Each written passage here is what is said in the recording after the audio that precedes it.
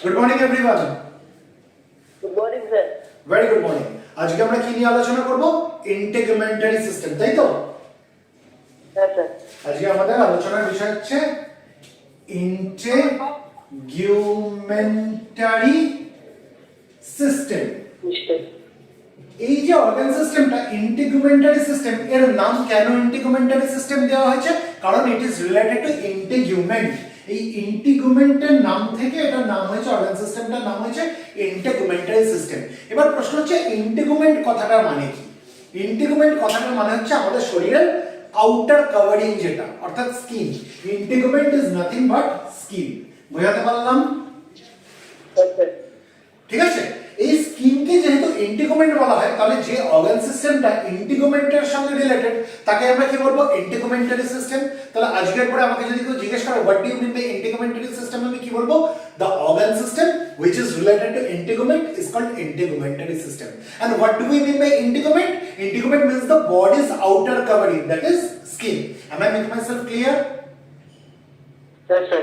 আচ্ছা, এবার এই স্কিন আমাদের শরীরে কি কি কাজে লাগে? প্রথম যে কাজটা বলবো সেটা হচ্ছে প্রোটেকশন। আমাদের শরীরকে প্রোটেক্ট করে তো স্কিন। স্কিন যদি না থাকতো তাহলে আমাদের শরীরের ভেতরটা তো এক্সপোজড হয়ে যেত অ্যাটমসফিয়ারে, তাই না? Yes, sir. তাহলে প্রথম কাজ হচ্ছে স্কিনের, ইট গিভস প্রোটেকশন। বুঝাতে পারলাম? Yes, sir. আচ্ছা, দ্বিতীয় কাজ হচ্ছে সেন্সেশন। আমাদের স্কিনটা একটা বড় সেন্সরি অর্গান। আমি এখানে টাচ করলে টাচের ফিলিং পাবো, আমি ঠান্ডা বা গরমের ফিলিং পাবো অর্থাৎ টেম্পারেচারের ফিলিং পাবো, আমি প্রেসারের ফিলিং পাবো, আমি পেনের ফিলিং পাবো, তাই তো? Yes, sir. তাহলে স্কিনের আরেকটা কাজ কি? এটা সেন্সেশন করাতে সাহায্য করে, তাই তো? দ্বিতীয় কাজ হচ্ছে সেন্সেশন। ঠিক আছে? Yes, sir. আচ্ছা, আর কি কাজ স্কিনের? বডি টেম্পারেচারকে রেগুলেট করে স্কিন, আমরা জানি সেটা। রেগুলেটস বডি টেম্পারেচার, তাই তো? আচ্ছা, Yes, sir. Body temperature regulate করার পাশাপাশি স্কিনের আর কি কাজ আছে আমরা বলতে পারি? ভিটামিন ডি প্রোডিউস করে, আমরা জানি। যখন সূর্যের আলো পড়ে স্কিনের উপরে, স্কিন তখন ভিটামিন ডি তৈরি করে, তাই না? 4 নম্বর হচ্ছে প্রোডাকশন অফ ভিটামিন ডি। তাহলে এগুলো হচ্ছে স্কিনের কিছু কাজ। কি কি বললাম? Protection, sensation, regulation of body temperature and production of vitamin D. ঠিক আছে? আচ্ছা। আচ্ছা, Yes, sir. এটা তাহলে বুঝি। Yes, sir. এবার আমরা স্কিনটা কেমন হয় আমরা জানবো। স্কিনের কটা লেয়ার বলতে পারবে? স্কিনের কটা লেয়ার? দুটো layer, sir. Very good. স্কিনের দুটো লেয়ার। বাইরের দিকের লেয়ারটাকে বলা হয় এপিডার্মিস, আর তার নিচে যে লেয়ারটা সেটাকে বলা হয় ডার্মিস। এপিডার্মিস হচ্ছে একটা পাতলা লেয়ার, আর ডার্মিসটা হচ্ছে এপিডার্মিসের থেকে 40 টাইমস বেশি মোটা। বোঝাতে পারলাম? Yes, sir. তাহলে আমি যদি একটা স্কিনের একটা অংশকে ধরো কেটে নিলাম, দুপাশে কাঁচি চালিয়ে কেটে নিলাম, কেটে এবার আমরা ওটাকে স্টাডি করছি যে সেটা কেমন। উপরের দিকে আমরা কি দেখবো? একটা এরকম পাতলা লেয়ার দেখবো, ঠিক আছে? আর তার নিচে কি রয়েছে? একটা মোটা লেয়ার রয়েছে। বোঝাতে পারছি? Yes, sir. উপরের লেয়ারটাকে কি বলা হয়? অর্থাৎ যেটা একদম বাইরের দিকের লেয়ার সেটাকে বলা হয় এপিডার্মিস। এপিডার্মিস। আর এপিডার্মিসের নিচে স্কিনের যে লেয়ারটা থাকে সেটাকে বলা হয় ডার্মিস। ডার্মিস। ছবি থেকে কি বুঝতে পারছি কোনটা বেশি মোটা? এপিডার্মিস বেশি মোটা না ডার্মিস বেশি মোটা? ডার্মিস বেশি মোটা। কতটা মোটা? Dermis is 40 times more thicker than epidermis. Dermis is 40 times more thicker than epidermis. Epidermis যতটা মোটা তার থেকে 40 টাইমস বেশি মোটা হচ্ছে ডার্মিস। এই অবধি বোঝাতে পারলাম? Yes, sir. এবার এপিডার্মিস হতে পারে সেটা একটা থিন লেয়ার, একটা পাতলা লেয়ার, কিন্তু এই এপিডার্মিসের মধ্যে আমরা অনেকগুলো তার সাব লেয়ার্স দেখতে পাবো। বোঝাতে পারলাম? Yes, sir. আচ্ছা, আর ডার্মিস হতে পারে সেটা মোটা একটা লেয়ার, কিন্তু ডার্মিসের মধ্যে আমরা দুখানা সাব লেয়ার দেখতে পাবো। এপিডার্মিসে আমরা কতগুলো সাব লেয়ার পাবো? 4 থেকে 5 খানা। ঠিক আছে? যেখানে স্কিনটা মোটা, যেখানে স্কিনটা থিক, যেমন ধরো palm of hands, sole of feet, স্কিনটা মোটা এখানে আমরা এপিডার্মিসের 5খানা লেয়ার দেখতে পাবো, আর যেখানে স্কিনটা মোটা না সেখানে আমরা এপিডার্মিসের কটা লেয়ার দেখতে পাবো? 4টে লেয়ার দেখতে পাবো। বুঝাতে পারলাম? আচ্ছা তাহলে এপিডার্মিসের সাবলেয়ার গুলো এবার আমরা জেনে নিই কি, আমি এটা বুঝি। আচ্ছা, এটা বোঝার আগে আরেকটা জিনিস বলে নিই, এটা তো গেল স্কিন, এর নিচে না আমরা আরেকটা লেয়ারও পাবো এরকম, যেটার মধ্যে কি থাকে? যেটার মধ্যে ফ্যাট সেলস থাকে, অর্থাৎ অ্যাডিপোসাইটস থাকে। সাইট কথা মানে হচ্ছে সেল, অ্যাডিপোসাইট দ্বারা তৈরি অ্যাডিপোস টিস্যু থাকে, অ্যারিওলার টিস্যু থাকে। এই যে লেয়ারটা, এটাকে কি বলা হয় জানো? এটাকে বলে subcutaneous layer, but this is not a layer of skin, এটা মাথায় রাখতে হবে। সাবকিউটেনিয়াস লেয়ার, ঠিক আছে? সাবকিউটেনিয়াস লেয়ার মানে এটা কিন্তু স্কিনের কোনো লেয়ার না, এটা স্কিনের নিচে একটা লেয়ার থাকে, যেটা কি দিয়ে তৈরি? অ্যাডিপোস টিস্যু দিয়ে তৈরি। অ্যাডিপোস টিস্যু মানে হচ্ছে ফ্যাট। অ্যাডিপোস কথাটা কোথা থেকে এসেছে? ফ্যাট থেকে এসেছে, অর্থাৎ যেগুলোর মধ্যে অ্যাডিপোসাইটস রয়েছে, ফ্যাট সেলস রয়েছে, ঠিক আছে? এরকম টিস্যু দিয়ে তৈরি, অ্যারিওলার টিস্যু দিয়ে তৈরি এই সাবকিউটেনিয়াস লেয়ার। তাহলে যেখানে তোমাকে যদি কেউ বলে স্কিনের 3টে লেয়ার, এপিডার্মিস, ডার্মিস আর সাবকিউটেনিয়াস লেয়ার, তুমি বলবে না ওটা ভুল, স্কিনের 2টো লেয়ার। কি কি 2টো লেয়ার? এপিডার্মিস আর ডার্মিস। এপিডার্মিস হচ্ছে বাইরের লেয়ার, ডার্মিস হচ্ছে তার নিচের লেয়ার। আর এখানে হয়ে গেল স্কিন শেষ, এপিডার্মিস আর ডার্মিস নিয়ে হয়ে গেল স্কিন শেষ। এর নিচে আমরা আরেকটা লেয়ার পাবো যেটাকে বলা হয় সাবকিউটেনিয়াস লেয়ার, যেটা কি দিয়ে তৈরি? অ্যাডিপোস টিস্যু এবং অ্যারিওলার টিস্যু। বোঝাতে পারলাম? চলো, তাহলে আমরা সাবকিউটেনিয়াস লেয়ার নিয়ে আলোচনা করছি না, এটা মুছে দিলাম। যেহেতু আমরা ইন্টিগুমেন্টারি সিস্টেম পড়ছি, ইন্টিগুমেন্ট নিয়ে আলোচনা করছি, তাহলে আমরা এপিডার্মিস আর ডার্মিস নিয়ে পড়বো। এপিডার্মিস আর ডার্মিসের মধ্যে পাতলা কোন লেয়ারটা? এপিডার্মিস। মোটা কোন লেয়ারটা? ডার্মিস। বাইরের দিকে কোনটা থাকে? এপিডার্মিস, এরপরে অ্যাটমোস্ফিয়ার, তাই তো? আর এপিডার্মিসের নিচে কি থাকে? ডার্মিস থাকে, ঠিক আছে? এই অবধি আমরা শিখে গেলাম। আর এপিডার্মিস আর ডার্মিসকে টাইটলি কানেক্ট করে রাখে এক ধরনের বেসমেন্ট মেমব্রেন, ঠিক আছে? এপিডার্মিস আর ডার্মিসকে একসাথে আটকে রাখে কে? একটা বেসমেন্ট মেমব্রেন। বোঝাতে পারলাম? চলো আমরা এপিডার্মিসটা শিখে নিই। এপিডার্মিস হচ্ছে পাতলা একদম লেয়ার, যেটা হচ্ছে outer most layer of the skin. এবার এপিডার্মিসের মধ্যে আমরা কিছু তার সাব লেয়ারস পাবো। কতগুলো সাব লেয়ার পাবো বলেছি? 4 থেকে 5টা। 5টা কোথায় পাবো? যেখানে স্কিনটা মোটা, অর্থাৎ palm of the hands and soles of the feet. এখানে কি হয়? চামড়াটা মোটা, এখানে আমরা 5টা সাব লেয়ার পাবো এপিডার্মিসের। আর যেখানে চামড়াটা মোটা না সেখানে আমরা এপিডার্মিসের কটা সাব লেয়ার পাবো? 4টে সাব লেয়ার পাবো, ঠিক আছে? আচ্ছা তাহলে এবার বাইরে থেকে ভেতর অবধি আমরা সাব লেয়ার গুলো লিখতে লিখতে যাই। বাইরে থেকে ভেতর অবধি, একদম বাইরের যে সাব লেয়ার এপিডার্মিসের, সেটাকে বলা হয় স্ট্র্যাটাম কর্নিয়াম। কি বলা হয়? Stratum corneum. তাহলে what is stratum corneum? Stratum corneum is the outermost sublayer of epidermis. Stratum corneum is the outermost sublayer of epidermis. বোঝাতে পারলাম? আচ্ছা, এবার স্ট্র্যাটাম কর্নিয়ামের নিচে কি থাকে? স্ট্র্যাটাম কর্নিয়ামের নিচে যে সাবলেয়ারটা থাকে সেটাকে বলা হয় স্ট্র্যাটাম লিউসিডাম। কি বলা হয়? Stratum lucidum. Stratum lucidum, stratum lucidum. আচ্ছা, আমি এটাকে লাল দিয়ে লিখলাম কেন? আমি তো এখন কালো দিয়ে লিখছিলাম। তার কারণ আমি এটাকে একটু আলাদা করে দেখাতে চাইছি। কেন আলাদা করে দেখাতে চাইছি? কারণ স্ট্র্যাটাম লিউসিডাম কিন্তু আমরা সব জায়গাকার এপিডার্মিসে পাবো না। যেখানে চামড়াটা মোটা, স্কিনটা থিক, যে যে এরিয়াতে, সেখানে আমরা যে 5খানা এপিডার্মিসের সাবলেয়ার দেখবো বলেছি, এটা হচ্ছে সেই লেয়ারটা যেটা এক্সট্রা থাকবে। বোঝাতে পারলাম? অর্থাৎ পাম অফ হ্যান্ডস এবং soles of feet, palm of hands and soles of ফিটে আমরা স্ট্র্যাটাম লিউসিডাম দেখতে পাবো।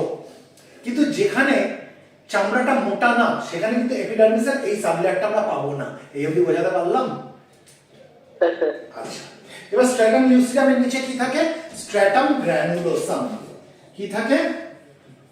স্ট্র্যাটাম গ্র্যানুলোসাম। প্রত্যেকটা নিয়ে আলোচনা করব। স্ট্র্যাটাম গ্র্যানুলোসামের নিচে কি থাকে? স্ট্র্যাটাম স্পাইনোসাম। স্ট্র্যাটাম স্পাইনোসাম। এবার 5 নম্বর, যেটা একদম সাবলেয়ার অফ এপিডার্মিস, এটাকে বলে স্ট্র্যাটাম বেসালে। স্ট্র্যাটাম বেসালে। তাহলে which is the deepest sublayer of epidermis? সবথেকে এপিডার্মিসের একদম নিচের দিকে ডিপেস্ট সাবলেয়ার কোনটা? স্ট্র্যাটাম বেসালে। বুঝাতে পারলাম? আর which is the outermost sublayer of epidermis? সেটা হচ্ছে স্ট্র্যাটাম কর্নিয়াম। বুঝাতে পারলাম? আচ্ছা, এবার আমাকে একটা জিনিস বলো, যেখানে চামড়াটা মোটা না সেখানে আমরা এপিডার্মিসের যে চারটে সাবলেয়ার দেখতে পাবো, সেই চারটে সাবলেয়ার কি কি? স্ট্র্যাটাম কর্নিয়াম, স্ট্র্যাটাম গ্র্যানুলোসাম, তাই তো? কারণ ওখানে আমরা স্ট্র্যাটাম লিউসিডাম পাবো না, চারটে সাবলেয়ার পাবো তো, স্ট্র্যাটাম কর্নিয়াম, স্ট্র্যাটাম গ্র্যানুলোসাম, স্ট্র্যাটাম স্পাইনোসাম এবং স্ট্র্যাটাম বেসালাম। বুঝাতে পারলাম? কিন্তু যেখানে চামড়াটা মোটা সেখানে আমরা এপিডার্মিসের পাঁচখানা সাবলেয়ার পাবো, অর্থাৎ স্ট্র্যাটাম লিউসিডামটাও তার মধ্যে আমরা পেয়ে যাবো। অর্থাৎ স্ট্র্যাটাম কর্নিয়াম, তার নিচে হচ্ছে স্ট্র্যাটাম লিউসিডাম, তার নিচে স্ট্র্যাটাম গ্র্যানুলোসাম, তার নিচে স্ট্র্যাটাম স্পাইনোসাম, তার নিচে stratum বেসালে। Am I making myself clear? আচ্ছা, এবারে স্ট্র্যাটাম কর্নিয়াম নামক যে সাবলেয়ারটা রয়েছে এটাও আবার ফার্দার দুখানা সাবলেয়ারে ডিভাইডেড। তোমরা যদি চাও তাহলে নামটা বলবো, যদি না চাও তাহলে বলবো না। আচ্ছা, একটু তোমাদের জন্য ডিটেইলস হয়ে যাবে। স্ট্র্যাটাম কর্নিয়ামের যে দুখানা সাবলেয়ার থাকে তার যেটা উপর দিকের সাবলেয়ার সেটাকে বলা হয় স্ট্র্যাটাম ডিসজাংটাম। সেটাকে কি বলা হয়? স্ট্র্যাটাম ডিসজাংটাম।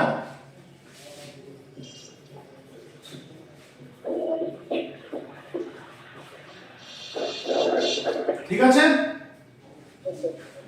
আচ্ছা, এবার স্ট্র্যাটাম ডিসজাংটামের নিচে এই স্ট্র্যাটাম কর্নিয়ামের যে সাবলেয়ারটা রয়েছে সেটাকে বলা হয় স্ট্র্যাটাম কম্প্যাক্টাম। কি বলা হয়? Stratum compactum. মানে এখানে স্ট্র্যাটাম কম্প্যাক্টামে না সেলস গুলো তুলনামূলক compact as compare to stratum disjunctum. বুঝাতে পারলাম? এই অবধি ক্লিয়ার? আচ্ছা, স্ট্র্যাটাম লিউসিডাম আমরা কোথায় পাবো? এটা আমরা পাবো যেখানে স্কিনটা হচ্ছে একটু মোটা, যেমন palms of hands and soles of feet. লিখে দেবো কি? আচ্ছা,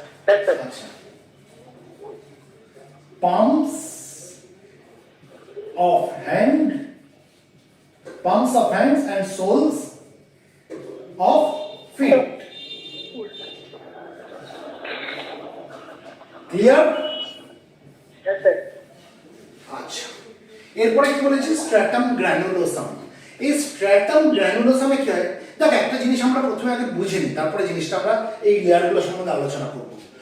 এই যে একদম যে ডিপেস্ট সাবলেয়ার যেটা এপিডার্মিসের, যেটা হচ্ছে স্ট্র্যাটাম বেসালে, এখানে না নতুন নতুন স্কিনের সেল তৈরি হয়। বুঝাতে পারলাম? এখানে স্কিনের নতুন নতুন সেল তৈরি হয়। এবার এই সেলগুলো আস্তে আস্তে উপর দিকে উঠতে লাগে, মানে একটা করে ধাপ উপর দিকে ওঠে, একটা করে সিঁড়ি উপরে ওঠে। বোঝাতে পারছি? এবং উপর দিকে উঠতে উঠতে একটা সময় আসে যখন তারা আর জীবিত থাকে না, ডেড সেলে কনভার্ট হয়ে যায়। যেমন স্ট্র্যাটাম লিউসিডামে আমরা ডেড সেলস পাবো, ঠিক আছে? স্ট্র্যাটাম কর্নিয়ামে আমরা ডেড সেলস পাবো। বোঝাতে পারছি? অর্থাৎ সেলের মধ্যে আর কোনো নিউক্লিয়াস তখন আর থাকবে না, এবং বাদবাকি যেসব অর্গানেল যেগুলো ছিল সেগুলোও তখন নষ্ট হয়ে যাবে, সেগুলোও থাকবে না। বোঝাতে পারলাম? তার মানে কি, সেলের যদি নিউক্লিয়াস না থাকে, অর্গানিক বাদবাকি অর্গানেল না থাকে, তার মানে সেলটা ডেড হয়ে গেছে, লিভিং সেলটা ডেড সেলে কনভার্ট হয়ে গেছে, তাই তো? এই স্ট্র্যাটাম লিউসিডামে আমরা ডেড সেল পাবো, এর উপরে যখন উঠবে স্ট্র্যাটাম কর্নিয়াম, এখানে আমরা ডেড সেল পাবো। কেন জানো? কারণ স্ট্র্যাটাম কর্নিয়াম থেকে এবার সেলগুলো ঝরে পড়ে যাবে বাইরে। ক্লিয়ার? ধরো আমরা চামড়া যদি রাব করি তখন কি হবে? সেলগুলো ঝরে যাবে। এবার সেলগুলো ঝরে গেলে তখন বাদবাকি সেল আবার কি হবে? নিচ থেকে উঠবে সেলগুলো উপর দিকে। বুঝতে পারছি? অর্থাৎ স্ট্র্যাটাম বেসালিতে আমরা সেল ডিভিশন দেখতে পাবো। কিছু বেসাল সেলস আছে যারা স্টেম সেলের মতো কাজ করে। স্ট্র্যাটাম বেসালিতে কিছু সেলস আছে যারা স্টেম সেলের মতো কাজ করে, যারা কি করে? যারা ডিভাইড করার যাদের মধ্যে এবিলিটি আছে, যারা নিজেদের সেল ডিভিশন করাতে পারে। আর সেল ডিভিশন হলে কি হবে? নতুন নতুন সেল তৈরি হবে, তাই তো? এই যে নতুন নতুন সেল তৈরি হলো এগুলোকে বলা হয় কেরাটিনোসাইট। এগুলোকে বলা হয় কেরাটিনোসাইট। বোঝাতে পারলাম? কেরাটিনোসাইট। এবার এই যে স্ট্র্যাটাম বেসালিতে যে কেরাটিনোসাইট তৈরি হলো, এবার কোথায় উঠে আসবে? স্ট্র্যাটাম স্পাইনোসামে উঠে আসবে, তাই তো? এই যে কেরাটিনোসাইট যেটা স্ট্র্যাটাম ব্যাসালিতে তৈরি হলো সেটা তার উপরের সাবলেয়ারে উঠে আসবে যেটা নাম হচ্ছে স্ট্র্যাটাম স্পাইনোসাম, ঠিক আছে। এবার এই স্ট্র্যাটাম স্পাইনোসামে এসে কি হবে, অ্যাকচুয়াল কেরাটিনাইজেশনটা এখানে হবে। স্ট্র্যাটাম স্পাইনোসামে কেরাটিনাইজেশন শুরু হবে, তারপরে কি হবে, সেই কেরাটিনোসাইট আবার উপরে উঠে আসবে, স্ট্র্যাটাম গ্র্যানুলোসামে উঠে আসবে। বোঝাতে পারলাম? এবার যখন এই কেরাটিনোসাইট স্ট্র্যাটাম স্পাইনোসাম থেকে স্ট্র্যাটাম গ্র্যানুলোসামে উঠলো, তখন আর এটাকে আমরা কেরাটিনোসাইট বলবো না, তখন এগুলো কিসে কনভার্ট হয়ে গেল, গ্র্যানিউলার সেলসে কনভার্ট হয়ে গেল, অর্থাৎ গ্র্যানিউলস রয়েছে এরকম সেলসে কনভার্ট হয়ে গেল। বোঝাতে পারলাম? আচ্ছা, তাহলে আমরা স্ট্র্যাটাম স্পাইনোসামে কি দেখছি, এখানেও কেরাটিনোসাইটস রয়েছে, কেরাটিনোসাইট। এবার এই কেরাটিনোসাইট কোথায় উঠে যাবে, স্ট্র্যাটাম গ্র্যানুলোসামে, তখন এই কেরাটিনোসাইটটা কিসে কনভার্ট হয়ে গেল, গ্র্যানুলার সেলস, ঠিক আছে। গ্র্যানুলার সেলস, কেন গ্র্যানুলার সেলস বলছি, কারণ এই সেলগুলোর মধ্যে কি রয়েছে, গ্র্যানিউলস রয়েছে, ঠিক আছে। কেরাটোহায়ালিন গ্র্যানিউলস রয়েছে, কি রয়েছে, কেরাটোহায়ালিন গ্র্যানিউলস। বোঝাতে পারলাম? আর এই যে কেরাটোহায়ালিন গ্র্যানিউলস রয়েছে এর মধ্যে কি ঠাসা রয়েছে জানো, হিস্টিডিন রিচ প্রোটিনস এবং সিস্টিন রিচ প্রোটিনস। এর মধ্যে কি কি ঠাসা রয়েছে, histidine and cystine rich proteins.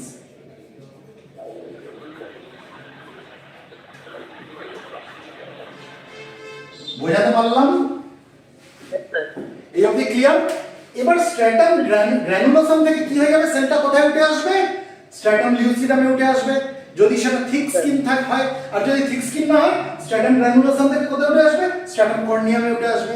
কারণ থিক স্কিন যদি না হয় তাহলে স্ট্র্যাটাম লিউসিডাম বলে এই সাবলেয়ারটা থাকবে না এপিডার্মিসে। বোঝাতে পারছি?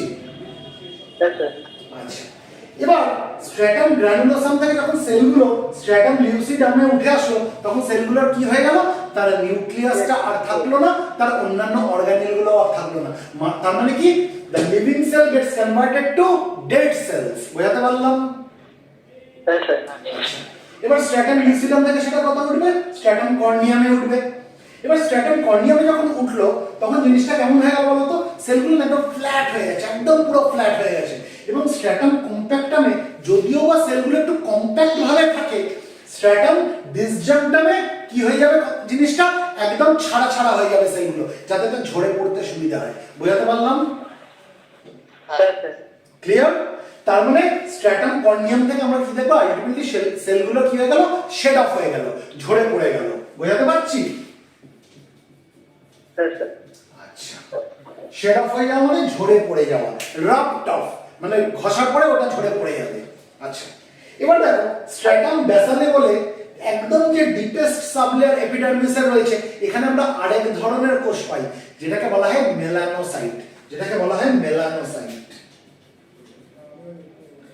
মেলানোসাইট, সাইট কথার মানে কি, আমরা কি শিখেছি, সাইট কথার মানে সেল, তাই তো, কোষ, তাই তো।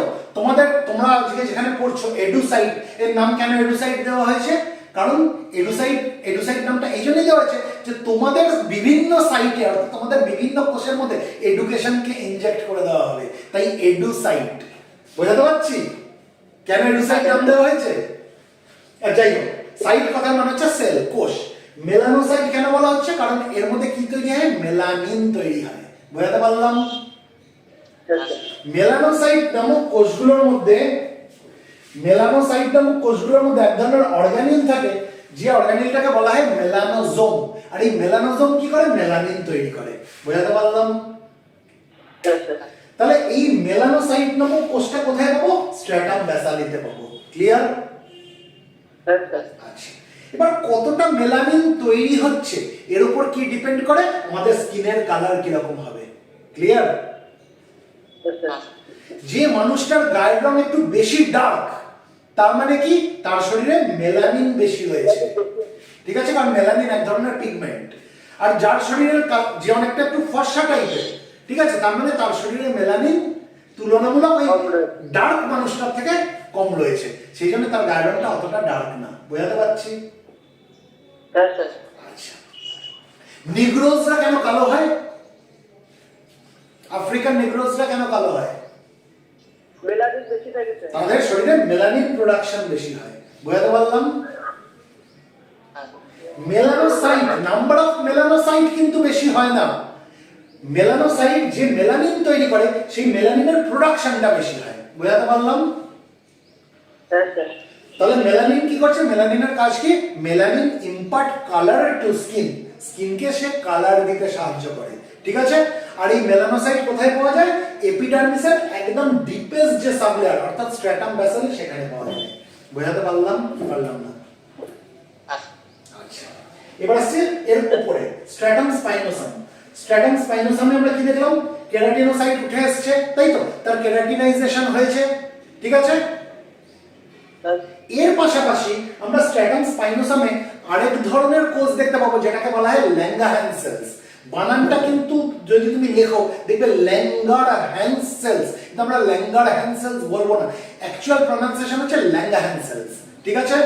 এগুলো হচ্ছে এক ধরনের ইমিউন সেল যারা ব্যাকটেরিয়া বা এই সাবলেয়ারের যে সকল ডেড সেল আছে সেগুলোকে এনগালফ করে ফেলে, গিলে ফেলতে পারে। বুঝাতে পারলাম? হ্যাঁ স্যার। তাহলে স্ট্র্যাটাম স্পাইনোসামে আমরা আরেক বিশেষ ধরনের ইমিউন সেল পাবো যেগুলোকে কি বলা হয়? Langerhans cell. Langerhans cells. These are nothing but the immune cells. These are nothing but the immune cells. এদের কাজ কি? এদের কাজ হচ্ছে যদি কোনো জীবাণু প্রবেশ করে সেটাকে এনগালফ করে ফেলবে। বুঝাতে পারলাম? এই ল্যাঙ্গারহ্যান্স সেলস কি ধরনের সেল? Immune sales. এর কাজ কি? এর কাজ হচ্ছে যদি কোনো ব্যাকটেরিয়া প্রবেশ করে থাকে তাকে এনগালফ করে ফেলা, বা যদি কোনো ডেড সেল থাকে তাকে এনগালফ করে ফেলা। বুঝাতে পারছি? অর্থাৎ ম্যাক্রোফেজের মতো কাজ করবে। ক্লিয়ার? আচ্ছা, এবার আসছি স্ট্র্যাটাম গ্র্যানুলোসাম। স্ট্র্যাটাম গ্র্যানুলোসাম কে আমরা কি বলেছি? এর নাম কেন গ্র্যানুলোসাম হয়েছে? Because of the presence of granules. গ্র্যানুলসের নাম থেকে এটাকে গ্র্যানুলোসাম বলা হচ্ছে, তাই তো? এখানে কি দেখলাম আমরা? কেরাটিনোসাইট গুলো যখন স্ট্র্যাটাম গ্র্যানুলোসামে ঢুকে গেল তখন এগুলোকে আমরা কেরাটিনোসাইট বলবো না, এগুলোকে আমরা একটা বিশেষ নাম দিলাম। কি নাম দিলাম? Granular cells. কেন এদেরকে গ্র্যানুলার সেলস বলছি? কারণ এখানে কেরাটোহাইলিন গ্র্যানুলস থাকবে তাই। এই সেলগুলো কি কন্টেইন করবে? এই সেলগুলোর মধ্যে কি থাকবে? কেরাটোহাইলিন গ্র্যানুলস। বুঝাতে পারলাম? তাহলে স্ট্র্যাটাম গ্র্যানুলোসামে কেরাটিনোসাইট প্রবেশ করে গেল। যখন কেরাটিনোসাইট স্ট্র্যাটাম গ্র্যানুলোসামে উঠে আসলো, keratinocyte will get converted to granular cells which contains keratohyalin granules। আর এই keratohyalin granules গুলোর মধ্যে কি থাকে? These are filled with histidine and cystine rich proteins। histidine rich proteins এবং cystine rich proteins থাকে। বুঝাতে পারলাম? হ্যাঁ স্যার। আচ্ছা, এবার কি হবে? এবার সেলটা কোথায় উঠবে? স্কিন সেলটা স্ট্র্যাটাম লিউসিডামে। হ্যাঁ স্যার। এবার স্ট্র্যাটাম লিউসিডামে উঠছে যখন, তখন সেলগুলো কি হয়ে গেল? মৃত হয়ে গেল, অর্থাৎ তার নিউক্লিয়াসটা আর থাকলো না, তার অন্যান্য যে অর্গানেল যেগুলো রয়েছে সেগুলো আর থাকলো না, অর্থাৎ the living sell will get converted to dead sales. বুঝাতে পারলাম? হ্যাঁ স্যার। তাহলে স্ট্র্যাটাম লিউসিডামে আমরা ডেড সেল পাবো। এবার স্ট্র্যাটাম লিউসিডাম থেকে সেলটা যখন স্ট্র্যাটাম কর্নিয়ামে উঠবে সেগুলো ডেড, তাই তো? হ্যাঁ স্যার। and ultimately ওগুলো কি হয়ে যাবে? ওগুলো একদম বাইরের যে সাবলেয়ার যেটা অর্থাৎ স্ট্র্যাটাম কর্নিয়াম থেকে সেগুলো ঝরে পড়ে যাবে। ক্লিয়ার? আবার সেটাকে রিফিল করার জন্য আবার কি হবে? আবার নিচ থেকে নতুন সেল উপর দিকে উঠবে, আবার সেটা ঝরে পড়ে যাবে, আবার নিচ থেকে নতুন সেল উপর দিকে উঠবে। বুঝাতে পারছি? এই যে সেলের মাইগ্রেশন হচ্ছে from the deepest sublayer of epidermis to the topmost sublayer of epidermis, এই যে মাইগ্রেশন, এই সেলের যে মাইগ্রেশন হচ্ছে এটা হতে কতদিন টাইম লাগে জানো? Approximately 14 days. বুঝাতে পারলাম? হ্যাঁ স্যার। অ্যাপ্রক্সিমেটলি 14 ডেজ টাইম লাগে এই সেলের মাইগ্রেশন হতে, অর্থাৎ এপিডার্মিসের একদম নিচের সাবলেয়ার থেকে একদম উপরের সাবলেয়ারে উঠতে। ক্লিয়ার? হ্যাঁ স্যার। আচ্ছা, এবার যখন স্ট্র্যাটাম কর্নিয়াম থেকে সেলগুলো ঝরে ঝরে পড়ে যাবে, একটা সময় হবে কি এপিডার্মিসের টোটাল যা সেল ছিল সবই ঝরে পড়ে যাচ্ছে, আমার নিচ থেকে নতুন উঠছে, তাই না? Yes, sir. ধরো আমাদের মাথায় চুল গজায়, আমি একটা করে চুল ছিঁড়ে ফেলে দিচ্ছি, আবার একটা চুল গজাচ্ছে, আবার একটা চুল ফেলে দিচ্ছি, আবার একটা চুল গজাচ্ছে, এরকম প্রত্যেকটা যদি একটা একটা করে আমি চুল ফেলতে লাগি, একটা সময় কি হবে, আমার যা যা চুল এখন অস্তিত্ব রয়েছে এগুলো সব পড়ে গেল, তলা থেকে আবার নতুন চুল গজালো, তাই না? Yes, sir. একদিক দিয়ে গজাতে যাবে, একদিক দিয়ে পড়বে। এখানেও তাই হচ্ছে, একদিক দিয়ে ঝরে পড়ছে, একদিক দিয়ে তৈরি হচ্ছে, একদিক দিয়ে ঝরে পড়ছে, একদিক দিয়ে তৈরি হচ্ছে। এই পুরো পদ্ধতিটা কতদিন টাইম লাগে জানো? মানে কমপ্লিট রিপ্লেসমেন্ট অফ এপিডার্মিস সাথে কতদিন টাইম লাগে? মোটামুটি 1 মাস মতো লাগে। বুঝাতে পারলাম? Yes, sir. মানে এমন কিন্তু হয় না যে পুরো এপিডার্মিসটা ঝরে গেল, নতুন করে আবার এপিডার্মিস তৈরি হচ্ছে, এরকম হয় না। একদিক দিয়ে ঝরতে থাকবে, একদিক দিয়ে তৈরি হতে থাকবে, একদিক দিয়ে ঝরতে থাকবে, একদিক দিয়ে তৈরি হতে থাকবে। বুঝাতে পারছি? Yes, sir. পুরোটা ঝরে গেলে তো এপিডার্মিসের অস্তিত্বই থাকবে না। এরকম করতে করতে একদিক দিয়ে ঝরছে, একদিক দিয়ে তৈরি হচ্ছে, একদিক দিয়ে ঝরছে, একদিক দিয়ে তৈরি হচ্ছে। এই এরকম করতে করতে যে সময়টাই গিয়ে দেখবো যে পুরোনো এপিডার্মিসের আর কোনো সেল নেই, সব ঝরে গেছে, এখন সব নতুন এপিডার্মিসের সেলে ভরে গেছে, এই পুরো সময়টা হতে কতদিন টাইম লাগে? ইট টেকস অ্যাবাউট 1 মান্থ। বুঝাতে পারলাম? Yes, sir. আচ্ছা, আর মাইগ্রেশন হতে কতদিন টাইম লাগে? নিচ থেকে সেলগুলো উপর অব্দি উঠতে কতদিন টাইম লাগে? Migration of cell takes about কতদিন? approximately 14 days. Yes, sir. এই অবধি কি আমাদের কাছে ক্লিয়ার হলো? Yes, sir. Clear. আচ্ছা, এবার দেখো এপিডার্মিসের একদম নিচের দিকে দুখানা সাবলেয়ার কি কি? স্ট্র্যাটাম স্পাইনোসাম এবং তার নিচে হচ্ছে স্ট্র্যাটাম বেসালি, তাই তো? একদম নিচের দিকের কোনগুলো? এই দুটো, স্ট্র্যাটাম স্পাইনোসাম এবং স্ট্র্যাটাম বেসালি। এই যে দুটো সাবলেয়ার, স্ট্র্যাটাম স্পাইনোসাম এবং স্ট্র্যাটাম বেসালি এপিডার্মিসের একদম নিচের দিকে, এই দুটোকে একসাথে বলা হয় ম্যালপিগিয়ান লেয়ার। এই দুটোকে একসাথে কি বলা হয়? ম্যালপিগিয়ান লেয়ার। বুঝাতে পারলাম? Yes, sir. তাহলে কি আমাদের কাছে এপিডার্মিস ক্লিয়ার হলো? Yes, sir. Before we move into dermis, আমি কয়েকটা প্রশ্ন করি, বলতে পারবে? Yes, sir. চলো, স্কিনের কটা লেয়ার? দুটো লেয়ার। কি কি? Epidermis, dermis. Very good, epidermis and dermis. আচ্ছা, কোনটা পাতলা কোনটা মোটা? Epidermis, patla. এপিডার্মিস পাতলা, ডার্মিস মোটা। এপিডার্মিস থেকে ডার্মিস কতটা বেশি মোটা? Epidermis. 40 times. Dermis is 40 times more thicker than epidermis. আচ্ছা, বাইরের লেয়ার কোনটা? স্কিনের বাইরের লেয়ার, যার পরে অ্যাটমোস্ফিয়ার আর স্কিন নেই, বাইরের লেয়ার কোনটা? এপিডার্মিস না ডার্মিস? Epidermis. এপিডার্মিস। আর এপিডার্মিসের নিচে কি থাকে? Dermis. ডার্মিস থাকে। এপিডার্মিস আর ডার্মিসকে টাইটলি কে কানেক্ট করে রেখে দিয়েছে? এক ধরনের মেমব্রেন, সেটাকে কি বলা হয়? Basement. Basement membrane. Very good, very good, very good. এবার এপিডার্মিসের মধ্যে আমরা কতগুলো সাবলেয়ার দেখতে পাবো? 5টা। না, 5টা একবারে ওরকম বলতে পারো না, 4 থেকে 5টা। যেখানে স্কিনটা ঠিক সেখানেই আমরা একমাত্র 5টা সাবলেয়ার পাবো, আর অন্যান্য জায়গায় কি পাবো? 4টে করে সাবলেয়ার পাবো। তাহলে তোমাকে যদি কেউ জিজ্ঞেস করে এপিডার্মিসের কটা সাবলেয়ার আমরা পাবো? 4টা থেকে 4 থেকে 5. 4 থেকে 5টা। কোথায় আমরা 5টা করে পাবো? যেখানে চামড়াটা মোটা, ঠিক, আমাটা মোটা। তাই তো? যেমন উদাহরণ দিতে গেলে palms of the hand and soles of the feet. Clear? Yes, sir.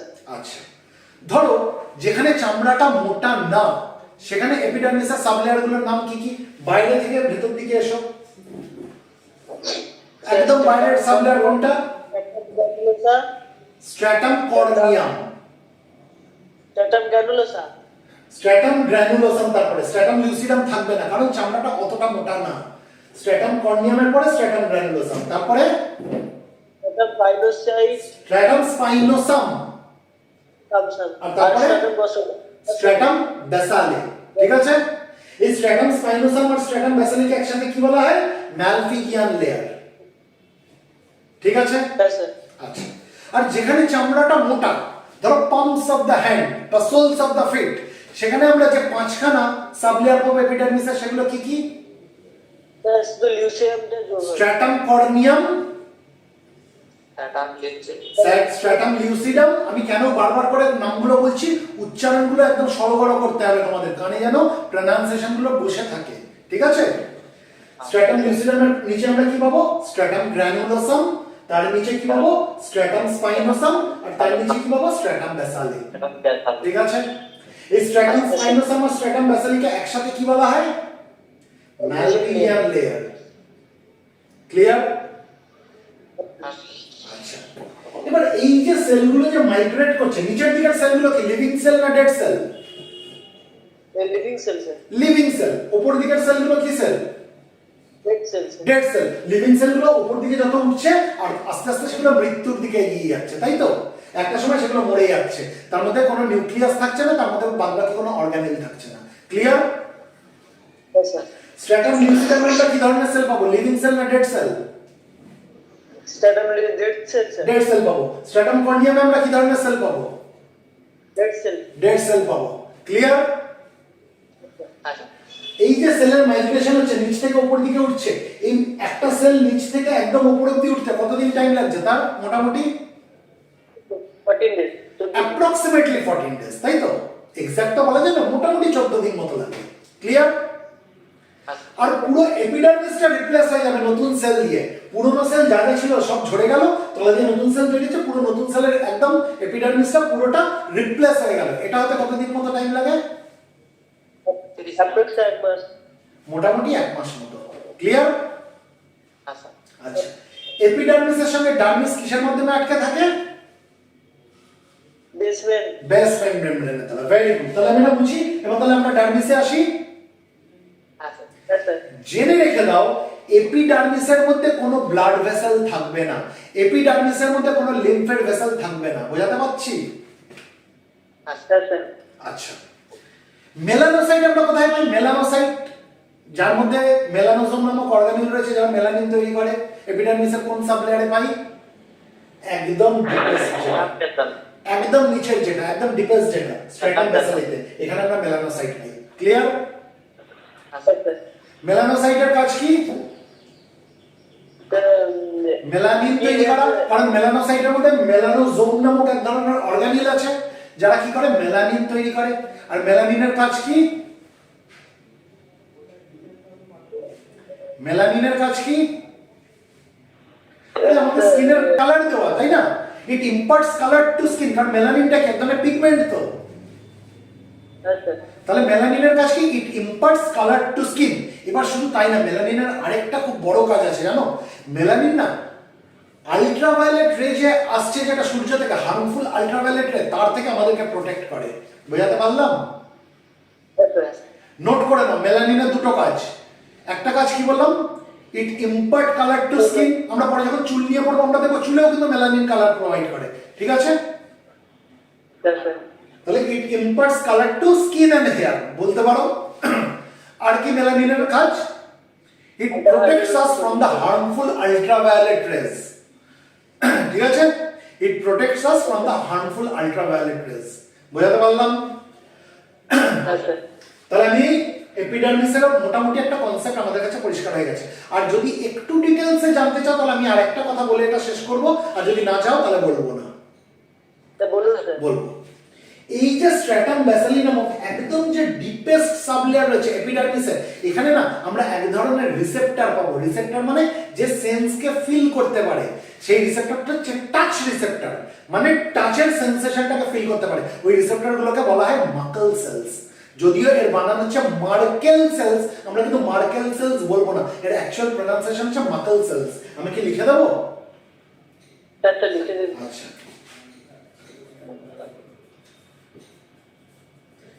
Markle sales বানানটা কি? MERKEL, কিন্তু আমরা মার্কেল সেলস বলবো না, মার্কেল সেলস। এগুলো কি? This are nothing but the touch receptors. তাহলে স্ট্র্যাটাম ব্যাসালিটা কত ইম্পর্টেন্ট একটা সাবলেয়ার দেখো এপিডার্মিসের। এখানে কি হচ্ছে? এখানে ব্যাসাল সেলসগুলো ডিভাইড হচ্ছে, কারণ এই ব্যাসাল সেলগুলো স্টেম সেলের মতো কাজ করছে।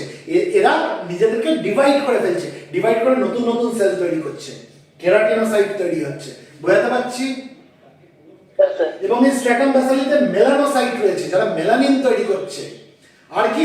স্ট্র্যাটাম ব্যাসালিতে আরেক ধরনের আমরা মানে টাচ রিসেপ্টরস পাবো, যেগুলোকে বলা হয় মাকল সেলস। ক্লিয়ার? কিন্তু ম্যাক্সিমাম যত সেন্সরি রিসেপ্টরস রয়েছে না, ধরো sensation of pain, sensation of touch, sensation of pressure, মানে ধরো তোমার হাতে আমি চাপ দিচ্ছি, কোনটা টাচ, কোনটা প্রেসার, আর কোনটা দিলে পেন লাগছে, এটা আমরা আলাদা করতে পারি কি পারি না? Yes, sir. তোমার হাতের উপরে আমি একটা হাত রাখলাম, এটা কি হলো? টাচ হলো। এবার ওটা আমি ঠেলছি, এটা কি হচ্ছে? প্রেসার হচ্ছে, তাই তো? আমি এবার চামড়াটাকে ধরে ঘুরিয়ে দিচ্ছি, এটা কি হচ্ছে? পেন হচ্ছে, তাই না? তাহলে কোনটা টাচ, কোনটা প্রেসার, কোনটা পেন, এগুলো আমরা বুঝতে পারি তো? Yes, sir. এই সব রিসেপ্টর, এই যে সেন্সরি রিসেপ্টরস যেগুলো রয়েছে, নার্ভ এন্ডিংস রয়েছে, এগুলো আমরা ম্যাক্সিমাম কোথায় পাবো? ডার্মিসে পাবো, ঠিক আছে? Yes. এপিডার্মিসে না তো আমরা কোনো ব্লাড ভেসেল পাবো, কোনো লিম্ফের ভেসেল পাবো, ঠিক আছে?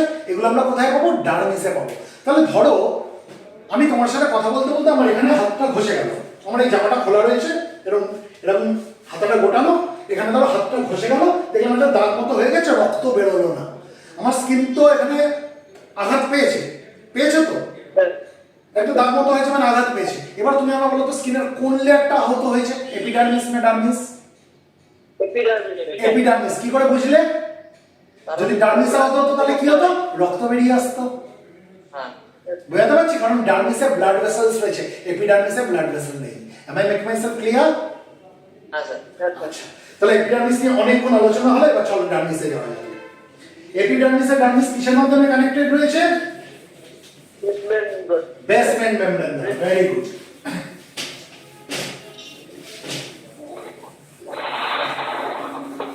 এবার ডার্মিসের মধ্যে না আমরা কিছু প্যাপিলি দেখতে পাবো, ঠিক আছে? যে প্যাপিলি গুলো কি করে? এপিডার্মিস আর ডার্মিসকে আটকে রাখে, অ্যাঙ্কার করে রাখে। অ্যাঙ্কার করে রাখা মানে আটকে রাখা। মানে এই জিনিসটা কেমন হয় দেখো, ডার্মিসের মধ্যে আমরা এরকম কিছু জিনিস দেখতে পাবো, এগুলোকে কি বলা হয়? প্যাপিলি বলা হয়, ঠিক আছে? এটা ধরো ডার্মিস, এটা ডার্মিস, এটা এপিডার্মিস। বুঝতে পারছি? Yes, sir. এই যে আঙুলের মতো কিছু জিনিস উঠে রয়েছে, এগুলোকে কি বলা হয়? প্যাপিলি বলা হয়। এরা কি করে? এরা এপিডার্মিস আর ডার্মিসকে অ্যাঙ্কার করতে সাহায্য করে, একটা আরেকটার সাথে টাইটলি যাতে আটকে থাকে সেই জিনিসটা দেখে। বোঝাতে পারলাম? হ্যাঁ sir Yes, sir. Papillae, this are nothing but papillae, ঠিক আছে? তাহলে এবার আমরা ডার্মিসে আসে যাব। হ্যাঁ স্যার Yes, sir. চলো এটা মুছছি। Yes, sir. ব্লাড ভেসেল আমরা স্কিনের কোন লেয়ারের মধ্যে পাবো? Dermis. ডার্মিসে। Very good. আমরা কি বলে লিম্ফের ভেসেল আমরা স্কিনের কোন লেয়ারের মধ্যে পাবো? ডার্মিসে। এপিডার্মিসে পাবো না। তাহলে এটা যদি এপিডার্মিস হয়, এটা নিচের আমি এটা কি আঁকলাম? Dermis dermis. এটা হচ্ছে এপিডার্মিস আর এটা হচ্ছে ডার্মিস। কোনটা বেশি মোটা? ডার্মিস বেশি মোটা। কতটা মোটা? 40 times more thicker than epidermis. বোঝাতে পারলাম? Yes, sir. এবার এই ডার্মিসের হতে পারে ডার্মিস বেশি মোটা এপিডার্মিসের থেকে, কিন্তু ডার্মিসে আমরা দুখানা সাবলেয়ার পাবো, একটা তার উপর দিকের সাবলেয়ার, একটা নিচের দিকের সাবলেয়ার। বোঝাতে পারলাম? Yes, sir. এবার ডার্মিসের যেটা উপর দিকের সাবলেয়ার সেটাকে বলা হয় প্যাপিলারি ডার্মিস, সেটাকে বলা হয় প্যাপিলারি ডার্মিস। আর ডার্মিসের যে নিচের দিকের সাবলেয়ার সেটাকে বলা হয় রেটিকিউলার ডার্মিস, ঠিক আছে? Yes, sir. আচ্ছা আমাকে একটু বলো তো, ডার্মিসের যেটা উপর দিকের যে লেয়ার সাবলেয়ারটা সেটাকে কেন প্যাপিলারি ডার্মিস বলা হচ্ছে? কারণ এখানে কি রয়েছে? প্যাপিলা গুলো রয়েছে। বুঝতে পারছি? Yes, sir. বোঝাতে পারলাম? Because of the presence of papilla in the upper sublayer of dermis, this upper sublayer of dermis is known as papillary dermis. Am I making myself clear? Yes, sir. R papilla গুলো কি করতে সাহায্য করে? এপিডার্মিসের সাথে যাতে ডার্মিসটা ভালোভাবে আটকে থাকতে পারে তাতে সাহায্য করে। বোঝাতে পারলাম? Yes, sir. আচ্ছা, এবার ডার্মিসের মধ্যে আমরা কি কি পাবো? কি কি পাবো? ডার্মিসের মধ্যে আমরা হেয়ার ফলিকলস পাবো। হেয়ার ফলিকলস, হেয়ার ফলিকলস জানি আমরা কি জিনিস? হেয়ার ফলিকল হচ্ছে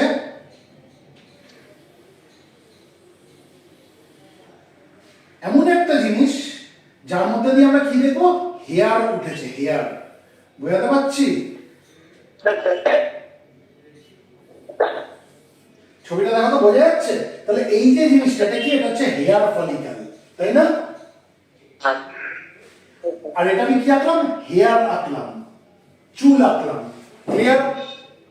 হ্যাঁ স্যার আচ্ছা, চুলের যে অংশটা স্কিনের বাইরের দিকে আমরা দেখতে পাচ্ছি এটাকে বলা হয় স্যাফট। এটাকে কি বলা হয়, স্যাফট অফ দ্য হেয়ার। আর যেটা ভেতর দিকে রয়েছে এটাকে কি বলা হয়, রুট অফ দ্য হেয়ার, তাই না? ক্লিয়ার হলো? স্কিনের বাইরের দিকের যে অংশটা রয়েছে চুলের, যেটা আমরা দেখতে পাচ্ছি সেটাকে বলা হয় স্যাফট অফ দ্য হেয়ার। আর যেটা ভেতর দিকে রয়েছে সেটাকে কি বলা হয়, রুট অফ দ্য হেয়ার। অর্থাৎ হেয়ারের রুটটা স্কিনের মধ্যে আটকে রয়েছে আর স্যাফটটা স্কিনের বাইরে বেরিয়ে গেছে। ক্লিয়ার? Yes, sir. আচ্ছা, তাহলে ডার্মিসের মধ্যে আমরা যেটা পাচ্ছি সেটা হচ্ছে হেয়ার ফলিকলস। আমি একটা একটা করে লিখতে লিখতে যাচ্ছি। এটা আমি কি আঁকলাম, হেয়ার ফলিকল আঁকলাম, হেয়ার ফলিকল, হেয়ার ফলিকলস পাচ্ছি। আর আমরা কি পাই ডার্মিসের মধ্যে? ডার্মিসের মধ্যে আমরা সেবাসিয়াস গ্ল্যান্ড পাই। সেবাসিয়াস গ্ল্যান্ড কি জানো? সেবাসিয়াস গ্ল্যান্ড হচ্ছে এমন এক ধরনের গ্ল্যান্ড যারা সিবাম তৈরি করে। সিবাম হচ্ছে এক ধরনের অয়েলি সাবস্টেন্স। ঠিক আছে? অনেক সময় দেখবে এরকম নাকের উপরে উপরে হাত দিলে হাতে তেল তেল উঠছে, খেয়াল করে দেখেছো? Yes, sir. This are nothing but sebum. ঠিক আছে? এই সিবাম কে তৈরি করে? সিবাম নামক, সিবাম, আমি সিবাম নামগুলো লিখে দিই নাহলে ভুলে যাবে। এই সিবাম নামক অয়েলি সাবস্টেন্স কে তৈরি করে? Sebaceous gland. তাহলে সেবাসিয়াস গ্ল্যান্ড আমরা কোথায় পাবো? আমরা ডার্মিসের মধ্যে পাবো। বোঝাতে পারছি? Yes, sir. এবার এই যে সেবাসিয়াস গ্ল্যান্ড যে সেবামকে ঢেলে দেয়, কোথায় ঢেলে দেয় জানো? এই হেয়ার ফলিকলের মধ্যে ঢেলে দেয়। ধরো এখানে একটা সেবাসিয়াস গ্ল্যান্ড আছে, এই সেবাসিয়াস গ্ল্যান্ড যে সিবামটা তৈরি করবে, এই কোথায় ঢেলে দেবে সিবামটাকে? হেয়ার ফলিকলের মধ্যে ঢেলে দিল। তাহলে সিবামটা বেরোবে কোথা দিয়ে? যেখানে দিয়ে হেয়ারটা স্কিনটাকে ভেদ করে বেরিয়েছে, এই জায়গাটা সিবাম কে ঢেলে দেবে। বোঝাতে পারছি? Yes, sir. এই যে সেবাসিয়াস গ্ল্যান্ড যে সিবাম তৈরি করলো, এই সিবামটা সে কার মধ্যে ঢেলে দেবে? হেয়ার ফলিকলের মধ্যে পাঠিয়ে দেবে। এবার হেয়ার ফলিকল বেয়ে সেই সিবামটা উপর দিকে উঠে আলটিমেটলি সেটা স্কিনের উপর চলে আসবে। বোঝাতে পারছি? আচ্ছা, তাহলে হেয়ার ফলিকল শিখলাম, সেবাসিয়াস গ্ল্যান্ড শিখলাম। আর কি পাবো ডার্মিসের মধ্যে? আমরা সোয়েট গ্ল্যান্ডস পাবো। সোয়েট গ্ল্যান্ডস কোনগুলোকে বলা হয়? যে গ্ল্যান্ড সোয়েট উৎপন্ন করে, ঘাম উৎপন্ন করে, তাই তো? Yes, sir. এবার সোয়েট গ্ল্যান্ড না দু রকম হয়। এক ধরনের সোয়েট গ্ল্যান্ড কি করে, তারা এরকম সোয়েটটাকে তৈরি করলো, ধরো এটা সোয়েট গ্ল্যান্ড, ঠিক আছে, এরকম পেঁচানো পেঁচানো হয়, এরকম এরকম এরকম এরকম। এরা সোয়েটটাকে তৈরি করলো এবং সে ডাইরেক্টলি কি হবে, সোয়েটটাকে নিয়ে কোথায় ঢেলে দেবে? স্কিনের উপরে এসে ঢেলে দেবে। বোঝাতে পারছি? দেখো তো ছবিটায়, হ্যাঁ বোঝাতে পারছি? Sir. আরেক ধরনের সোয়েট গ্ল্যান্ড হয়, ওরা কি করবে, ওরা সোয়েটটাকে তৈরি করবে করে ওরা ডাইরেক্টলি স্কিনের উপরে এসে ঢালবে না, ওরা কোথায় ঢেলে দেবে? ওরা হেয়ার ফলিকলের মধ্যে ঢেলে দেবে। এবার হেয়ার ফলিকল বেয়ে ওটা উপরে উঠে এসে স্কিনের উপর যাবে। বোঝাতে পারলাম? Yes, sir. Majority of the sweat gland এরকম ধরনের হয়, যারা তার সিক্রেশনটাকে অর্থাৎ সোয়েটটাকে ডাইরেক্টলি স্কিনের উপরে এসে ঢালে। এই যে এই ধরনের যে সোয়েট গ্ল্যান্ড যারা তার সিক্রেশনটাকে একদম ডাইরেক্টলি স্কিনের উপরেই ঢালছে, কোনো হেয়ার ফলিকলের মধ্যে ঢোকাচ্ছে না, এই ধরনের সোয়েট গ্ল্যান্ডকে বলা হয় এক্রিন সোয়েট গ্ল্যান্ড। কি বলা হয়? Eccrine sweat gland. বোঝাতে পারলাম? Yes, sir. আমাদের শরীরে ম্যাক্সিমাম সোয়েট গ্ল্যান্ড হচ্ছে এক্রিন সোয়েট গ্ল্যান্ড। এটাই হচ্ছে খুব কমন। এক্রিন সোয়েট গ্ল্যান্ড কি করছে, সে সোয়েটটাকে কোথায় ঢালছে? ডাইরেক্টলি স্কিনের উপর নিয়ে এসে ঢেলে দিচ্ছে। ক্লিয়ার? Yes, sir. আচ্ছা, আরেক ধরনের সোয়েট গ্ল্যান্ড কি বললাম, সে তার সিক্রেশনটাকে কোথায় ঢালে? ডাইরেক্টলি স্কিনের উপর ঢালে না, সে কার মধ্যে ঢুকিয়ে দেয়? হেয়ার ফলিকলের মধ্যে ঢুকিয়ে দেয় তার সিক্রেশনটাকে, অর্থাৎ সোয়েটটাকে কার মধ্যে ঢুকিয়ে দেয়? Yeah. হেয়ার ফলিকলের মধ্যে। এবার সেই হেয়ার ফলিকল বেয়ে উপর দিকে উঠে তারপরে সে স্কিনের মধ্যে আসে। বোঝাতে পারলাম? Yes, sir. সেই ধরনের সোয়েট গ্ল্যান্ডকে বলা হয় অ্যাপোক্রিন সোয়েট গ্ল্যান্ড। কি বলা হয়? Appropriate, sir. Apocrine sweat gland. তাহলে এই যে সোয়েট গ্ল্যান্ডটা গেছি, এটা কি? এটা হচ্ছে অ্যাপোক্রিন সোয়েট গ্ল্যান্ড। আর এই যে সোয়েট গ্ল্যান্ডটা গেছে এটা কি, এটা হচ্ছে এক্রিন সোয়েট গ্ল্যান্ড। বোঝাতে পারলাম কি পারলাম না? Yes, sir. আচ্ছা, তাহলে ডার্মিসের মধ্যে আমরা কি কি পাচ্ছি? আমরা হেয়ার ফলিকলস পাচ্ছি, আমরা সেবাসিয়াস গ্ল্যান্ড পাচ্ছি। সেবাসিয়াস গ্ল্যান্ড তার সিক্রেশন অর্থাৎ সেবামকে কোথায় ঢালে? হেয়ার ফলিকলের মধ্যে ঢালে, তাই তো? 3 নম্বর আমরা কি শিখলাম, কি পাচ্ছি? সোয়েট গ্ল্যান্ডস পাচ্ছি। সোয়েট গ্ল্যান্ডস কত রকমের হতে পারে? দু রকমের, দু স্যার। রকম। কি কি? এক্রিন আর apocrine. What is the difference between eccrine sweat glands and apocrine sweat glands? Eccrine sweat gland কি করছে? সে সোয়েটটাকে ডাইরেক্টলি একদম চামড়ার উপর নিয়ে এসে ঢালছে, তাই তো? আর হচ্ছে আর অ্যাপোক্রিন সোয়েট গ্ল্যান্ড কি করছে বলো? এর মনে করছে কিনে ঢাল। ঠিক, সোয়েটটাকে নিয়ে হেয়ার ফলিকলের মধ্যে ঢুকিয়ে দিচ্ছে, তারপর হেয়ার ফলিকল বেয়ে সোয়েটটা উপর দিকে এসে তারপর স্কিনের উপরে পড়ছে। ক্লিয়ার? আচ্ছা, ডার্মিসের মধ্যে আমরা আর কি পাবো বলেছি? ব্লাড ভেসেলস পাবো। Blood vessels. আর কি পাবো বলেছি? লিম্ফেড ভেসেল পাবো, লিম্ফ ভেসেলস পাবো।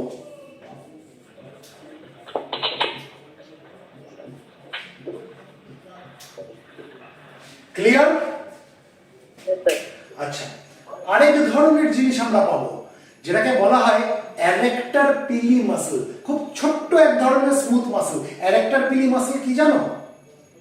না, স্যার। আচ্ছা, আমরা যদি খুব ভয় পেয়ে যাই, দেখেছো আমাদের রোম খাড়া হয়ে যায়, যেটাকে বলে গুজবাম্পস।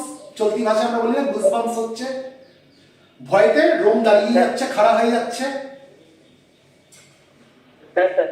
আচ্ছা, এটা হয় কেন? দেখো, আমি একটা ছবি আঁকি।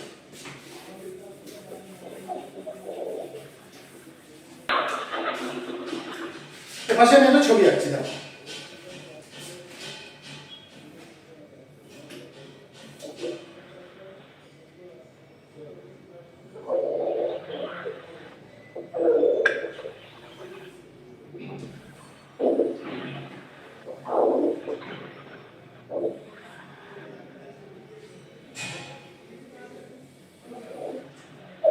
এটা আমি কি আঁকলাম? একটা হেয়ার ফলিকল, তার ভেতর দিয়ে কি রয়েছে? একটা হেয়ার দেখতে পাচ্ছি আমরা, তাই না? আচ্ছা, এবার এটা কি ডার্মিস, এটা এপিডার্মিস। ডার্মিস আর এপিডার্মিস কিসের দ্বারা কানেক্টেড থাকে? বেসমেন্ট মেমব্রেনের দ্বারা। এবারে হেয়ার ফলিকল থেকে বেসমেন্ট মেমব্রেন অবধি আমরা এরকম না একটা ছোট্ট, আমরা একটা স্মুথ মাসল দেখতে পাবো, ছোট্ট স্মুথ মাসল। এই স্মুথ মাসলটাকে, এই ছোট্ট স্মুথ মাসলটাকে বলা হয় অ্যারেক্টর পিলি মাসল। কি বলা হয়? Electric fielding. Arrector pili muscle. এবার দেখো, আমরা যখন খুব ভয় পেয়ে যাই তখন কি হয়ে যায়? আমাদের রোম খাড়া হয়ে যায়, চুলটা দাঁড়িয়ে যায়, তাই তো? রোমগুলো খাড়া হয়ে যায়, হেয়ারগুলো ইরেক্ট হয়ে যায়। কেন হয়? এই অ্যারেক্টর পিলি মাসলটা কি হয়ে যায়? কন্ট্রাক্ট হয়ে যায়।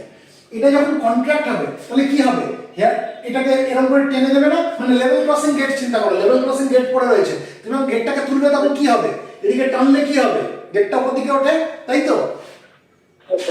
অ্যারেক্টর পিলি মাসল ওরকমই কাজ করে। অ্যারেক্টর পিলি মাসল যখন কন্ট্রাক্ট হয়ে যাবে তখন কি হয়ে যাবে? এই চুলটাকে টান দিয়ে আমরা খাড়া করিয়ে দেবে। সেই জন্য অ্যারেক্টর পিলি মাসলকে বলা হয় হেয়ার ইরেক্টর মাসল। বোঝাতে পারলাম? হ্যাঁ, স্যার। তাহলে অ্যারেক্টর পিলি মাসল কোন ধরনের muscle? Hair erector muscle.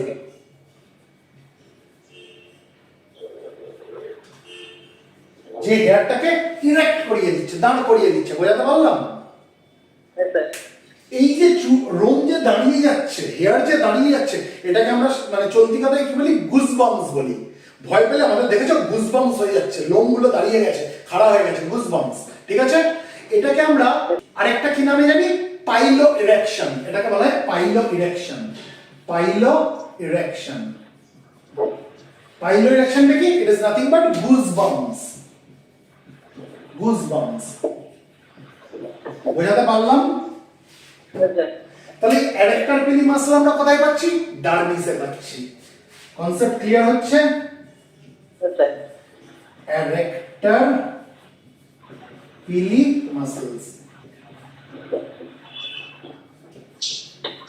Clear? আর কি পাবো? ডার্মিসের মধ্যে আমি বলেছি সেন্সরি রিসেপ্টরস পাবো, কিছু নার্ভ এন্ডিংস পাবো, ঠিক আছে? Yes, sir.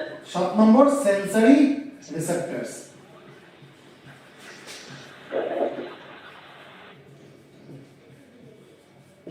কারণ স্কিনের মাধ্যমে আমরা সেন্সকে ফিল করতে পারি। কিসের কিসের সেন্সকে ফিল করতে পারি?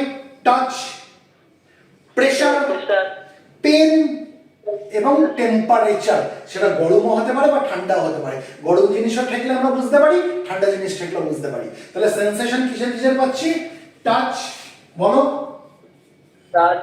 টাচ, প্রেসার, তারপরে বলো পেন, তারপরে বলো বলো বলো টেম্পারেচার, হট না কোল্ড, সেটা গরম না ঠান্ডা, তাই তো? এই সেন্সেশন গুলোর জন্য আমরা সেন্সরি রিসেপ্টরস কোথায় পাবো? ডার্মিসে পাবো। Am I making myself clear? Yes, sir. So this is all about integumentary system. আমরা তৈরি হতে পারবো? Yes, sir. পরিষ্কার এই অবধি সবার কাছে? হ্যাঁ স্যার। Yes, sir. ওকে, চলো তাহলে এখানে শেষ করি। Yes, sir. Okay, by.